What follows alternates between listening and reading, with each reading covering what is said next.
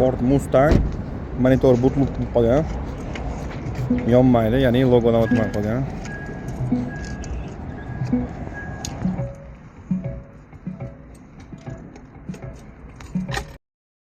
Mashinamizni telematika blokini yechib oldik.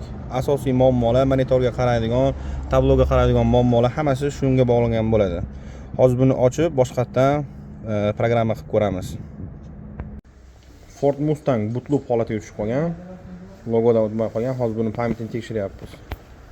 Miyasini yechib olganmiz.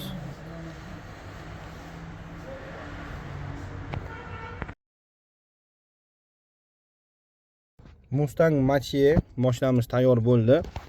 Ko'rishingiz mumkin. Hamma yer ishlab turibdi. 为了您的使用体验，更多功能需登录后使用。 Bundagi bo'lgan muammo mashina yoqqanda monitor yonmasdi, zadniga ursa, zadniy kameralar ko'rsatadi, lekin monitorimiz logodan o'tmas edi. Ruchnoy сбросlar qilib ko'rildi, foyda bermadi. Oxiri pamitini yechishgacha bordi. Mashinamiz tayyor. Kimda shunaqa xizmatlar bo'lsa, bemalol yuborsanglar bo'ladi.